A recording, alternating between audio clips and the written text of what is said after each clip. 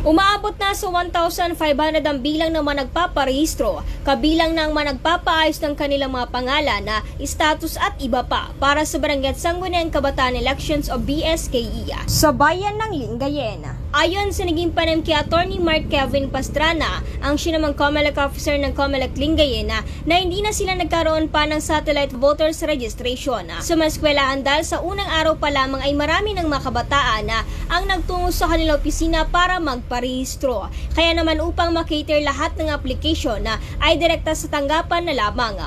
Anya na dahil araw-araw din dumadagsa ang mga nagpaparehistro ay nag-extend na rin sila ng oras lalo na't maikling panahon lamang inilaan para sa voters registration. Inaasahan naman nila na aabot sa 4,000 ang bagong maidadagdag ng mabotante ngayong voters registration. So, as of na po sa bayan po ng Lingayen, nakapagtala na po kami ng 1,500 na mga nagparehistro, kasama na po yung mga nagpa-correct ng kanilang mga registration records. Ang pinaka-total po na bilang natin is 1,533 na mga nagparehistro po from August 1 to 4.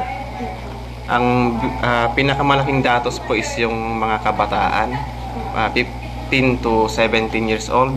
Ang nagparehistro po is 1,040. So as of now po, hindi na kami nakapag-schedule sa schools kasi nung August 1 to 3, ang naparehistro po namin puro kabataan po. Sabi ko nga kanina, 1,014 na po yung kabataan na nagparehistro.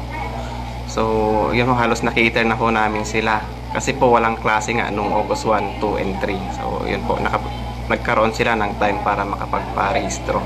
Regarding sa requirements naman, ang kwan lang naman po hinihingi namin is valid government ID or school ID, pwede na po yun. Yung mga walang ID, ang ginagawa po namin, kailangan silang i-identify ng kanilang mga kabarangay na nakarehistro rin dito. Yun po yung last na requirement kung wala silang maipakitang proof of identity. So sa ngayon po kasi hindi na po namin tinatanggap yung barangay certification. Kasi po, yun nga, medyo na-abuse siya nung last elections and registration.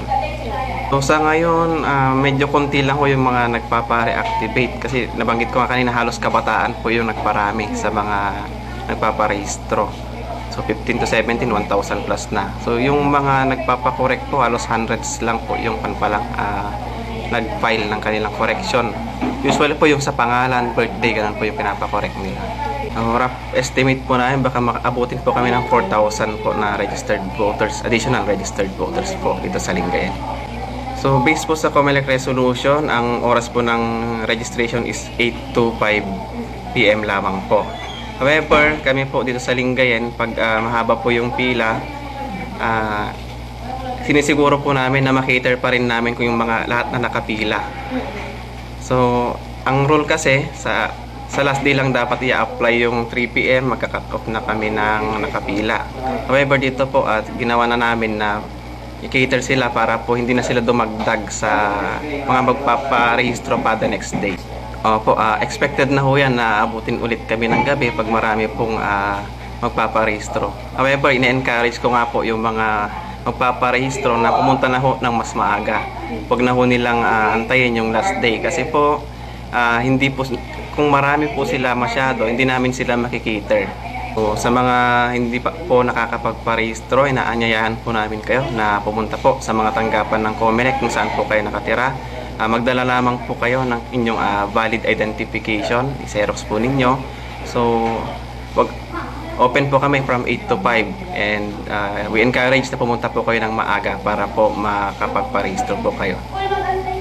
Live mula rito sa bayan ng Lingayen para sa programang Bombo Hanay Big Time. Patrol numero 1, Bombo Ira Chicano, nag-uulat.